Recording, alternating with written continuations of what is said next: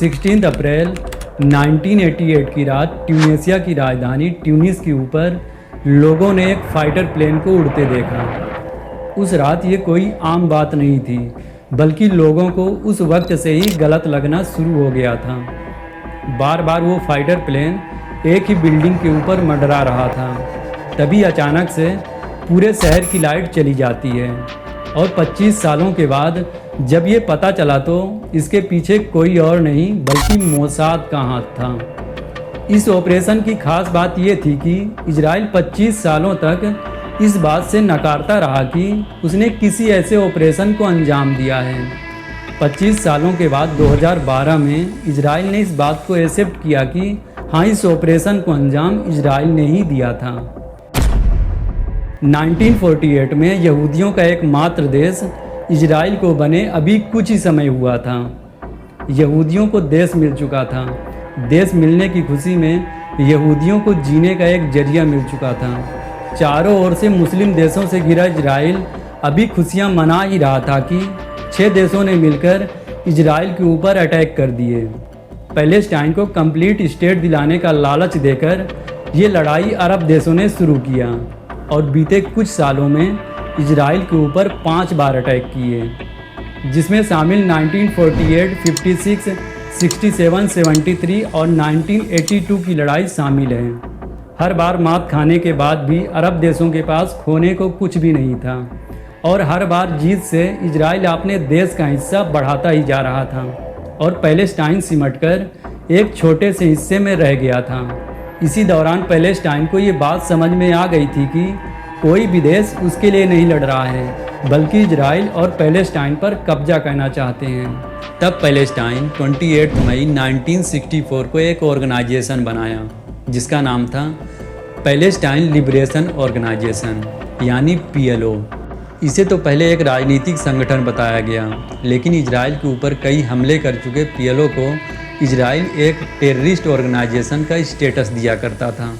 इसी PLO का एक बड़ा चेहरा था अबू जिहाद उर्फ खलील इब्राहिम अल वजीर, जिसने इजराइल के ऊपर कई कत्लेआम हमले किए थे। अबू जिहाद के अरब देशों से अच्छे संबंध होने की वजह से वो सारे ऑपरेशन अरब देशों से ही ऑपरेट किया करता था। कभी सीरिया, कभी लीबिया, कभी इराक से वो अपने ऑपरेशन को अंजाम दिया करता था। इजराइल के हेड लिस्ट में शामिल अबू जिहाद को मारना अति आवश्यक हो गया था, क्योंकि इजराइल को ये पता था कि जब तक अबू जिहाद जिंदा रहेगा तब तक इजराइल में कभी भी शांति नहीं रहेगी। तब इजराइल ने इस मिशन की जिम्मेदारी मोसाद को सौंपी।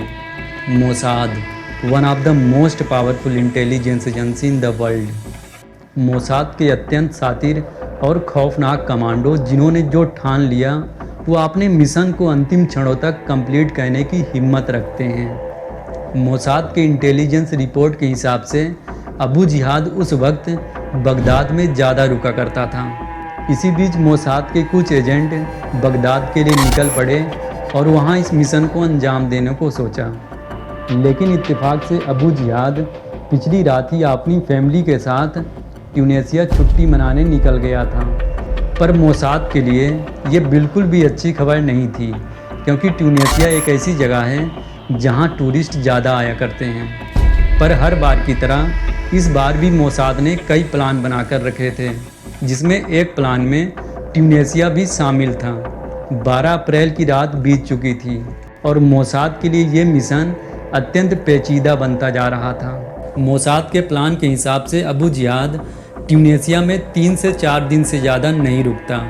अपने फैमिली के साथ ट्यूनीशिया पहुंचा अबू जिहाद ट्यूनीशिया में सीदी बाउ सेट ट्यूनिस में जाकर रुका था, जो उस देश की हाई प्रोफाइल सिटी में से एक माना जाता है, जहां VIP लोगों का अक्सर आना जाना लगा रहता है। तो सुरक्षा और सिक्योरिटी के हिसाब से ये एरिया काफ़ी सेफ था। 16 अप्रैल 1988 की रात करीब 9 बजे अबू जिहाद अपनी पत्नी, बेटे और बेटी के साथ अपने विला पर डिनर कर रहा होता है। अबू जिहाद से मिलने के लिए उसके विला पर एक गेस्ट आया और अबू जिहाद के सिक्योरिटी गार्ड के द्वारा सूचित किए जाने पर अबू जिहाद फ़ौरन फर्स्ट फ्लोर से नीचे की ओर चल पड़ा। गेस्ट से बात करने के दौरान करीब 10 बजे अचानक से उस एरिया की लाइट चली जाती है। फर्स्ट फ्लोर पर वेट कर रही उसकी पत्नी सहम गई और फ़ोन करके उसे जल्दी से ऊपर बुलाया। ये उस रात की सबसे अजीब बात थी, क्योंकि उस एरिया की लाइट इस प्रकार से कभी नहीं जाया करती थी। रात के करीब 12:40 हो रहे थे। अबू जिहाद की विला से कुछ ही दूर स्थित बीच पर उस रात एक बोट आकर रुकती है और उस बोट से कुछ लोग उतरते हैं जो कि ट्यूनीशिया की पुलिस की वर्दी पहने हुए थे। बोट का इंतज़ार कुछ लोग कार और बाइक से उसी बीच के किनारे कर रहे थे। ये कोई और नहीं बल्कि मोसाद के ही एजेंट थे और मोसाद की घड़ी की सुई चल पड़ी थी, क्योंकि इस मिशन को पूरा करने के लिए उनके पास सिर्फ 20 मिनट थे और इस मिशन को पूरा करने के बाद उसी रास्ते फिर से उन्हें निकलना था। बोट से उतरकर मोसाद के एजेंट उस विला की ओर बढ़े ही थे कि अचानक से एक फाइटर प्लेन उसी दिशा से गुजरता है और इस फाइटर प्लेन में भी मोसाद के ही एजेंट थे, जिनका काम था अबू जिहाद की एग्जैक्ट लोकेशन को ट्रेस करके अपने साथियों तक पहुंचाना। पहले 2 कमांडो उस विला के नज़दीक अपने हाथ में बकेट और एक लेटर लेकर पहुंचे। नीचे गार्ड के द्वारा रोके जाने पर वो लेटर गार्ड को दिया गया। लिफाफा भी गार्ड ठीक से खोला भी नहीं था कि साइलेंसर लगी गन चली और गार्ड वहीं पर धराशायी हो गया।